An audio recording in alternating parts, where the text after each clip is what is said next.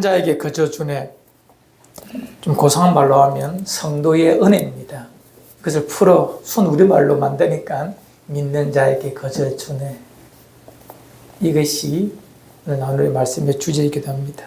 믿는 자에게 거저 주네. 저도 종종 이런 실수를 하는데, 이 은혜라는 말을 있지 않습니까? 또 너무 쉽게 쓰기도 하는데, 기독교 안에서. 물론, 넓은 의미에서는 그리 써도 되지만, 정확하게 신학적 수로로서의 은혜는 좀 다릅니다. 오늘 그 부분 먼저 설명하고, 함께 말씀 나눴으면 좋겠습니다. 하나 예화를 드리죠. 제가 잘 안 쓰는 예화인데, 예화 드릴게요. 초등학교 때, 아니, 국민학교 때죠. 맞죠? 국민학교죠. 초등학교는 우리 지금 20, 30대가 초등학교고 우리들은 국민학교입니다. 국민학교 다닐 때 몇 학년인지 잘 모르겠어요. 4, 5학년 됐나 모르겠는데 그날따라 좀 수업을 빨리 마쳐서 점심 먹고 바로 나오는데 학교 정문 옆에 공터에 친구들이 몇 명이 이렇게 모여 있어요. 궁금증이 많은 제가 가서 이렇게 쳐다봤죠. 잘생긴 아저씨 둘이가 대학생 같기도 하고 나이는 많지는 않아요. 열심히 하는 거예요. 무슨 설명하는 거예요. 들어보니 재미도 있고 참 말 주변이 좋아서 참 한참 tok 앉았는데 마지막은 뭐냐. 그때 여러분 한참 영어가 붐이 있을 때입니다. 영어 붐. 그래서 영어를 잘 공부하기 위해서 이 카세트 테이프에다가 세트로 만들었어요. 이 박스에다가 테이프를 12개 또 20개 담아서 영어 공부하는 것을 이렇게 파는 거예요.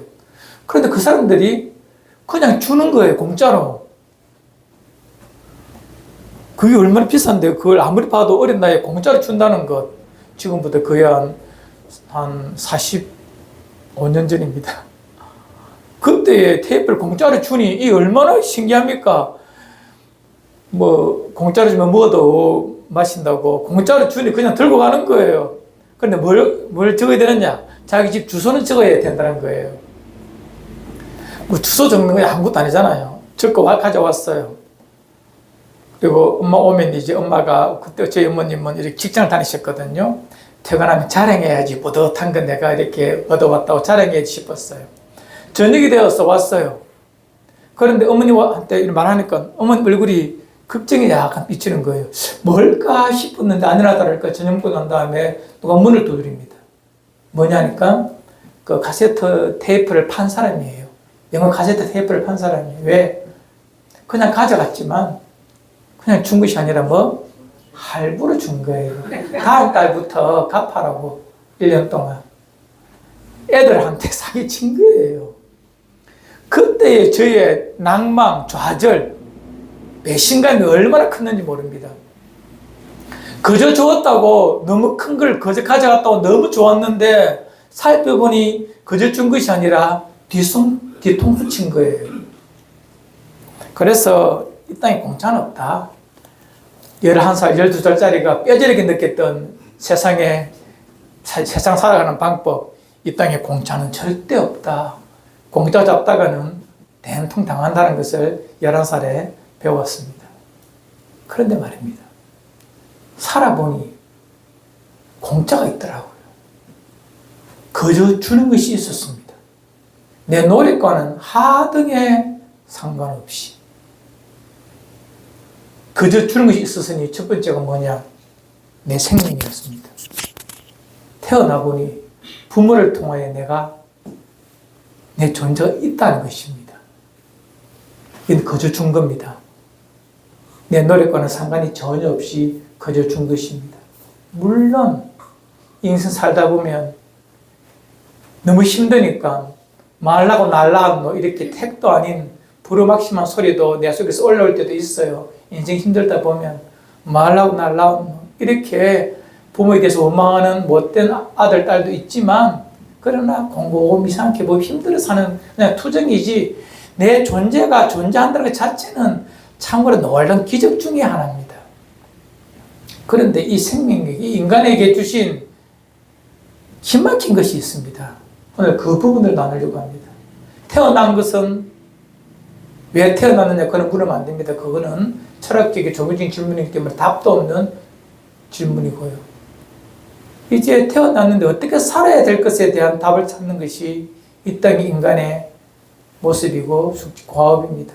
오늘 그 부분 함께 나눌 것입니다. 태어났는데 내게 공짜로 주신 것들이 있습니다. 예수 믿는 자들에게 주시는 공짜로 주신 것, 그것 말입니다. 저번에 한번 나눈 말씀이지만 존 락스라는 사람이 있었습니다. 미국에. 한국에 1954년부터 56년까지 이 한국이 이제 6.25 동란 끝나고 난 다음에 이 땅에서 미군으로 와서 함께 수고하던 그 사람이 한 2년 있다가 다시 본국으로 돌아갔어요. 본국으로 돌아가면서 그가 한국에 있으면서 어떤 가난한 화가를 만났습니다. 그 화가가 참 재능은 있어 보이지만 너무 가난해서 오매가며 들러서 그에게 밥도 사주고 그에게 필요한 물감도 사주며 살았다는 그 사람이 이제 본국으로 돌아간다니까 그 화가가 줄 것 같아가지고 요만한 그림을 하나 주었어요. A4지 2장 되는 그림 하나 주었어요. 그래서 받아갔어요. 그리고 그 나이가 이제 80이 넘어갑니다. 그럼 하루는 TV를 보니까 자기가 가지고 있는 사진하고 그림하고 거의 비슷한 그림이 TV에 나오는 거예요. 유명한 그림이라고 경매에 나왔대요. 지금 제가 말하는 것은 박수건이라는 사람의 팔레트 이야기하는 것입니다. 우리 집에 있는데, 박수건 내가 아는 사람인데. 그걸 가지고 경매하는데 연락해서 물어보니까 자기 그림이 진품인 것이 맞거든요. 비슷한 그림이 몇 개 있습니다. 박수건의 팔레트가. 자기 그림이 가장 잘 만들어진 최고의 작품인데 거저 받아온 겁니다. 그 사람은요. 그때 경매액으로 45억이라고 말했는데 거저 받은 거예요. 그 사람은요. 왜? 그냥 알고 있는 화가가 준 그림. 여러분, 거저 받았거든요. 물론 그 나사에 이렇게 조금 어떤 관계는 있었지만 거저 받았어요. 하지만 그것이 나중에 엄청난 가치로 여겨질 때에 그 거저 줌이라는 것은요, 놀라운 일입니다. 큰 선물이 아닐 수가 없습니다. 우리 기독교인이 받았던 것, 박수건의 팔레트 받았던 존 릭스라는 사람의 그하고는 비교할 수 없는 거저 받은 것이 있습니다. 전혀 받을 자격이 없는데 말입니다. 우리가 알고 있는 영원한 생명이요 복음입니다. 우리는 받을 자격이 없었거든요. 성경 말씀 하나 봅시다. 오늘 읽었던 말씀 앞에 있는 에베소서 2장 1절 그리고 3절입니다. 잘하는 말씀이 한번 읽어봅시다. 한번 보면서 시작. 그는 허물과 죄로 죽었던 너희를 살리셨다. 3절 전에는 우리도 다 그 가운데서 우리 육체의 욕심을 따라 지내며 육체와 마음에 원하는 것을 하여 다른 이들과 같이 본질상 진노의 자녀였다. 허물과 죄로 죽었던 사망 선고를 받았던 자, 본질상 즉 생내적으로 태어나면서 진노의 자녀, 쉽게 표현했지만 정확하게 말하면 벌 받아 죽을 자녀, 죽을 존재입니다. 누가요? 여러분과 저 인간의 모습입니다. 존재의 모습입니다. 예외가 없습니다. 여러분이나 저는 태어날 때 이미 죄와 허물로 죽었던 생명 없는 자들이었고 그 마지막은 진노의 자식으로 영원한 심판과 형벌의 백성이 우리의 본 모습이었습니다. 그런 그에게, 그런 존재에게 하나님은 우리에게 생명을 주셨고 그 허물과 죄를 제거해 주셨다는 것입니다. 내 노력과 내 의지는 전혀 상관없이 전혀 그 어떤 선도, 어떤 보상받을 만한 어떤 행동도 하지 않았음에도 불구하고 그냥 거저 주셨어요. 그것이 뭐라? 은혜입니다. 우리는 종종 찬양 들으면 은혜가 되고 말씀 들으면 은혜가 되죠. 물론 그것도 틀린 말은 아니지만 성경에서 말하는 정확한 수로적 은혜로서는 은혜가 뭐냐면 받을 자격이 전혀 없는 죄와 허물로 죽었던 이미 생명 없는 본질상 진노의 자녀였던 우리에게 그것을 다 없애버리시고 죄 없이 생명의 백성으로 영원한 천국의 백성으로 우리를 끄집어내어 주신 그 행위가 뭐라? 은혜입니다. 그 은혜의 기초는 뭐냐? 인간의 윤리, 인간 하지 맙시다. 정용시라 씁시다. 저의 윤리, 도덕, 삶, 아무런 의미가 없는 것입니다. 그거는 전혀 받을 만한 가치, 자격의 0.01%도 안 됩니다. 오직 내가 은혜의 소유자가 된 이유는 하나님의 저를 향한 긍휼 때문입니다. 그냥 내가 너를 사랑했다라고 말씀하십니다. 그것을 하나님의 자비, 긍휼 이렇게 말합니다. 헬라어로서는요, 크레테스토스라고 말합니다. 자, 읽어보겠습니다. 에베소 2장 7절로 8절 우리 함께 읽어요. 이는 시작. 이는 그리스도 예수 안에서 우리에게 자비하심으로써 그 은혜의 지극히 풍성함을 오는 여러 세대에 나타나려 하심이라. 너희는 그 은혜에 의하여 믿음으로 말미암아 구원을 받았으니 이것은 너희에게서 난 것이 아니요 하나님의 선물이라. 그리스도 예수 안에서 우리에게 하나님의 자비하심으로써 이 자비가 바로 인자 긍휼을 말하는 크레스테토스입니다. 이 말이 뭐냐면 우리는 카리스라는 은혜를 말이 있지만 그 은혜의 기초가 뭐냐? 하나님의 이 자비하심, 긍휼, 크레스토테스입니다. 나를 향한 하나님의 그 긍휼이 있어서 그 긍휼로 내게 이런 것이 뭐라? 은혜가 되는 것입니다. 하나님의 나를 향한 긍휼밖에 없습니다. 경상도 말로 하면 그냥 사랑했어. 이겁니다.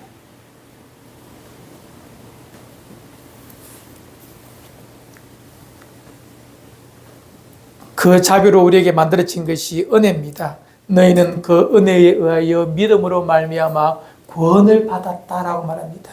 이것은 너에게서 난 것이 아니요 하나님의 선물이라. 자, 여기서부터 이것이 뭐냐?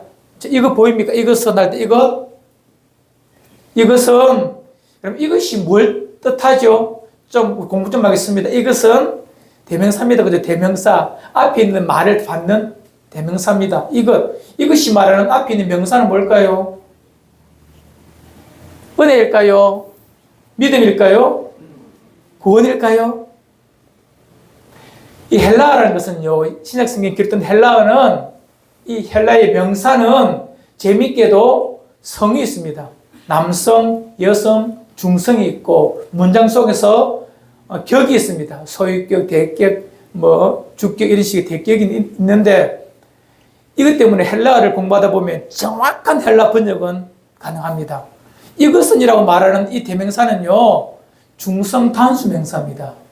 그런데 앞에 있는 은혜, 믿음은 여성 명사입니다. 구원은 남성 명사입니다. 다르게 말하면 이것은이라는 말은 앞에 세 개의 명사가 아니라는 겁니다. 그럼 뭔데? 정확하게 말하면 그 은혜에 의해 믿음으로 말미암는 구원 전체를 말하는 것입니다. 무슨 말씀 이해되죠?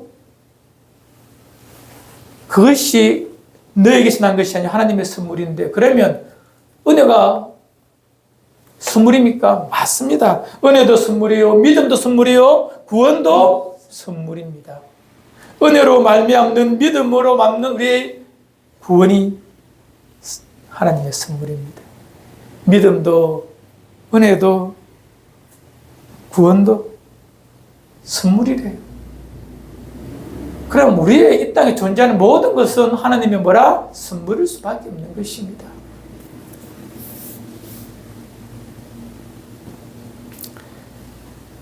그래서 사도 바울은 이 부분에 대해 이렇게 증언합니다. 에베소서 1장 6절입니다. 읽어드리죠. 이는 그가 사랑하는 자 안에서 우리에게 거저 주시는 바 그의 은혜의 영광을 찬송하게 하려는 것이라. 이는 이란 말 우리의 구원을 뜻합니다. 예수님으로 말미암는 십자가의 구원의 은총을 말합니다. 거저 주시는 바 거저 받았습니다. 맞습니까? 거저 받았기 때문에 교회 안에서 혹은 하나님의 나라에서 내가 자랑할 것은 하나도 없습니다. 그래서 내가 할 수 있는 것은 하나님의 나라에서 하나님의 백성으로서 당신을 나의 주인으로 삼고 주님을 나의 주인으로 삼고 나는 당신의 종으로 살겠습니다. 라가 이 땅의 그리스도인의 모습입니다. 더 이상이 없습니다.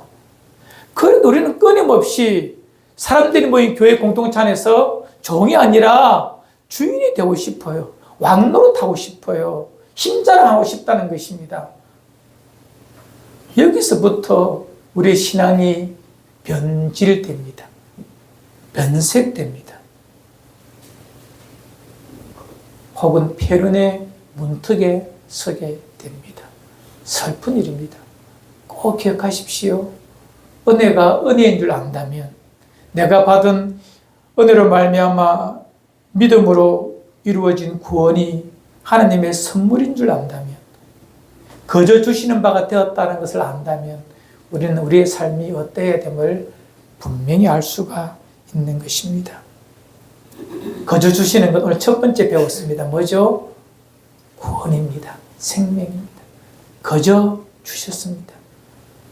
우리가 육체로 태어날 때 내 노력이 전혀 없는 것처럼 우리의 생명도 구원도 내 노력이 전혀 없습니다. 그리고 두 번째 거저 주시는 것이 또 하나 있어요. 성경을 통해서 보니까 뭐냐니까 바로 성령 하나님이십니다. 성령 하나님을 주시나? 그는 하나님이신데 맞습니다. 성령님을 주신다는 말은 성령님이 내 안에 함께 동행하여 주신다. 내주하여 주시는 그것은 거저 주시는 것입니다. 내가 달라고 해서 주시는 것 맞지만 하나님께서 강력하게 먼저 우리에게 주셨습니다. 내 노력으로 산 것이 아닙니다. 행위로 받은 것이 아닙니다. 그냥 내게 임하여 주셨다는 것입니다. 이 부분 잘 설명하기 위해서 우리 성경 하나 찾아봅시다. 사도행전 2장 38절입니다. 우리 함께 읽읍시다. 시작. 베드로가 이르되 너희가 회개하여 각각 예수 그리스도의 이름으로 세례를 받고 죄 사함을 받으라. 그리하면 성령의 선물을 받으리니. 성령의 선물, 한글 개역 성경에는 조금 이 부분이 설명이 부족해서 밑에 각주를 달아두었죠. 뭐라고요? 성령을 선물로 받으리라고 되어 있습니다. 저는 이 두 번째 각주의 해석을 더 좋아합니다. 성령을 선물로 받는다. 성령을 주신다는 것입니다. 우리에게. 어떻게 하면? 회개하고 주 예수 그리스도의 이름으로 세례를 받는다. 예수 그리스도를 구주로 고백하는 순간 성령이 내게 오십니다. 물론 그 이전에 성령이 내게 오셨으므로 내가 예수 그리스도를 구주로 고백하지만 또한 성령이 내게 오셨다는 것을 선물로 우리는 알 수가 있는 것입니다. 즉 성령의 오심으로 성령이 주시는 참 많은 것들을 우리가 받을 수 있지만 근본적인 것은 성령이 내 안에 내주하여 주신다. 동행하여 주신다는 것입니다. 전능하신 하나님이 내 안에 계시고 나와 동행하여 주시는 것이 바로 거저 받은 하나님의 은혜입니다. 사람들이 종종 말합니다. 목사님 거저 선물입니까? 여러분, 성령님은 하나님이십니다. 전부이십니다. 만유이십니다. 그분이 내 안에서 내 주인 되어 주시고 내 삶을 지도해 주시고 내 벗되어 친구 되어 주시고 내 모든 것을 들어주시고 동행해 주시는 가장 완벽한 나의 친구이신 그분이 내 안에 계신다는데 이 얼마나 큰 복입니까? 그래서 주님은 분명히 우리에게 말씀해 주고 있습니다. 너희들이 구할 것은 뭐라? 누가복음 11장 13절 함께 합시다. 시작. 너희가 악할지라도 좋은 것을 자식에게 줄 줄 알거든 하물며 너희 하늘아버지께서 구하는 자에게 성령을 주시지 않겠느냐. 구하는 자에게 뭘 주신다고요? 성령을 주십니다. 성령이 내주하여 주시고 그 내주하신 성령이 더욱더 선명하게 내 삶을 통치하여 주시고 인도해 주시는 것보다 더 좋은 것 없습니다. 가장 좋은 것이라고 우리에게 말해주고 있는 것입니다. 여러분 구할 것 이제 분명해졌습니다. 성령님 내 안에 동행하여 주옵소서. 나를 새롭게 하여 주시옵소서.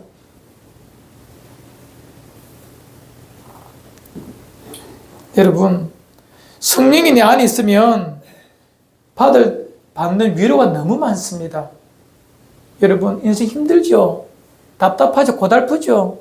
하지만 성령님 내 안에 통치해 주시는 순간 그 모든 것을 이길 수 있는 힘도 주시지만 그 힘을 넘어선 마음의 평강을 주십니다. 이것이 성령을 가지고 성령과 동행하는 사람이 누리는 지구치순한 복입니다. 이 땅에 있는 크리스찬들이 이 복을 누리지 못하는 사람들이 너무 많아요. 성령님 어디 계시다고요? 네. 인지하지 못하니까 두려움 앞에, 근심, 걱정 앞에, 불안한 미래 앞에 초조하고 낙심이 되고 두려워하죠. 예수 그리스도께서 일생 머리 들 것 없이 그래 사시면서 십자가 앞에서도 그 두려움 앞에서도 그가 온전히 이겨낼 수 있는 힘은 뭐라? 성령님이 함께 하셨기 때문에 그렇습니다. 성령의 사람이기 때문에 가능한 거예요. 사도 바울도 동일합니다. 우리 기독교인이 구할 진짜 기도 제목은 가장 좋은 건 뭐? 성령님을 구하십시오. 내 안에 내도하시지만 내가 성령님을 구할 때 성령님은 내 안에 주인 되어 주시고 왕 되어 주시고 보혜사가 되어 주셔서 가장 좋은 것으로 내게 응답하여 주십니다. 여러분 이것 좀 누리며 사시기를 바랍니다. 진짜로. 정용식 안에 있는 것뿐만 아니라 예수 그리스도를 구주로 고백하는 모든 저 심령 가운데 다 계시거든요. 그분이 더욱더 내 마음속에서 선명히 역사하시도록 그분의 동행을, 그분의 도우심을, 그분의 내주하심을 강구하시고 구하십시오. 거저 주십니다. 어떤 사람이 이것을 돈 주고 사고 싶어서, 이 능력을 돈 주고 사고 싶어서, 이 복을 돈 주고 사고 싶어서 살려고 했던 사람이 있지요. 사도행전 8장에 나옵니다. 베드로와 요한이 이 놀라운 은혜를 누리고 그의 성령을 통하여 기도하고 성령의 능력을 나타내니 정말 안전병이가 일어나고 이러지 않습니까? 이 아름다운 하나님의 성령의 내중과 역사를 사모했기에 시몬이라는 사람이 베드로와 요한에게 가서 말합니다. 나 그 성령을 사고 싶다. 이 시몬이라는 사람은 마술쟁이거든요. 요술 부리는 사람이거든요. 그 능력을 갖고 싶어서 돈 주고 살려고 하니 베드로와 요한이 엄히 꾸짖습니다. 사도행전 8장 20절에 베드로가 이르되 내가 하나님의 선물을 돈 주고 살 줄 생각하였느냐? 내 은과 내가 함께 망할지어다. 돈 주고 살 수 없는 것입니다. 이 말은 뭐죠? 인간의 어떤 노력과 대가로는 살 수 있는 것이 아니라는 것입니다. 사모하는 자에게 그저 하나님이 내려주시는 거저 주심 은혜입니다. 이 거저 주시는 성령의 내주와 성령의 동행하심을 마음껏 누리시길 바랍니다. 세 번째 거저 주시는 것이 있습니다. 첫 번째 뭐죠? 영생, 생명. 두 번째는 뭐? 성령님. 세 번째는 뭐냐면 죄 용서입니다. 뭐지? 죄 사함이 아닙니다. 죄 용서입니다. 죄 사함과 죄 용서, 죄 용서 단어를 정확하게 구별할 줄 알아야 됩니다. 이제 기독교인들요. 이게 헷갈리면 우리의 신앙이 이렇게 희미해집니다. 자, 집중해 들으십시오. 죄 사함과 죄 용서의 차이점. 같은 말 아닙니까? 회심과 회개가 다릅니다. 한자로도 회자가 아닙니다. 다릅니다. 회심의 회자는 돌이킬 회자고 회개의 회자는 뉘우칠 회자입니다. 한자로도 달라요. 회심과 회개의 차이점, 즉 회심은 죄 사함이요, 회개는 죄 용서입니다. 이 단어에 대한 설명을 잘 이해하셔야 여러분들 이 단어에 빠지지도 않고 성경을 잘 이해할 수 있습니다. 죄 사함은 뭐냐? 그리스도 예수 안에서 구원받은 그 자체가 죄 사함입니다. 회심입니다. 우리의 모든 것이 하나님께로 돌아선 우리 영혼의 상태를 말하는 것입니다. 어려우니까 하나 설명해 드립니다. 주께서 이미 설명해 두셨습니다. 요한복음 13장 10절 우리 함께 읽어요. 시작. 예수께서 이르시되 거룩한 자는 발밖에 씻을 필요가 없느니라. 몸이 깨끗하느냐 너희가 깨끗하나 다는 아니니라 하시니. 요한복음 13장에서 예수님께서 이제 마지막 제자들의 발을 씻기는 그 장면이 있습니다. 어떻게 섬겨야 되는지 종의 모습을 우리에게 본으로 보여주셨는데 그 말 끝에 이제 발을 씻겨줄 그때에 베드로가 말합니다. 왜 이랍니까 예수님? 이렇게 말합니다.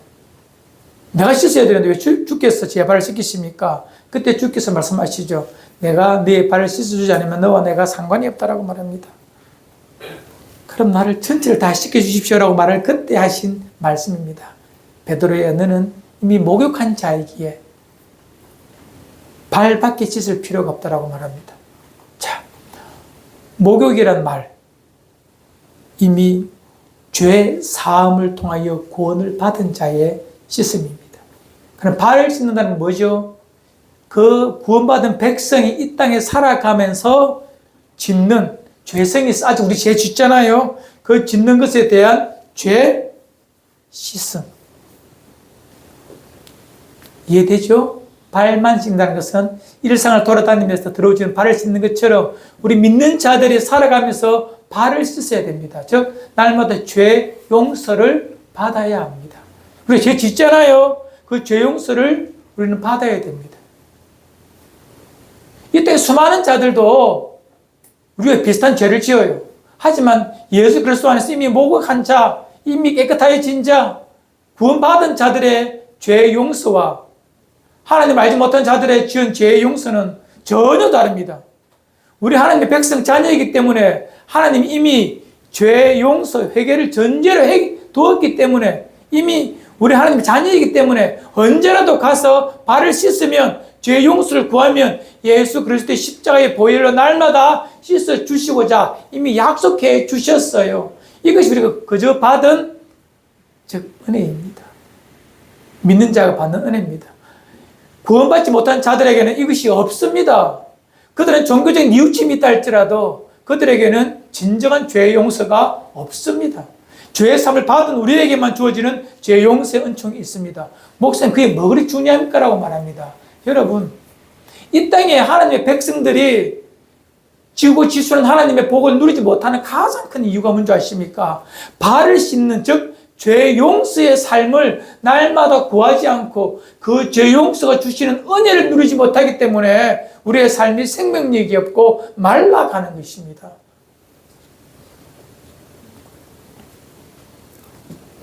성경 하나 보겠습니다. 좀 무서운 말이지만 이사야서 1장 15절 함께 봅시다.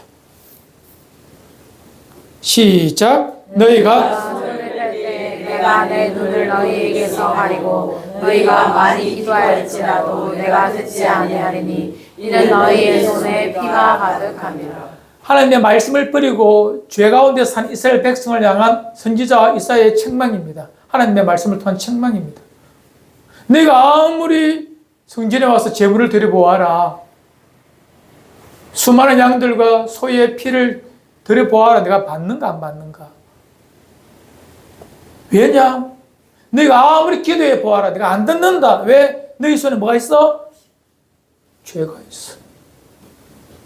이것에 대한 해결이 있어야 되는 것입니다. 여러분, 죄는 하나님 아버지와 자녀인 우리의 관계를, 교제를 희미하게 하고 단절시킵니다. 쉽게 예를 들 수 있잖아요.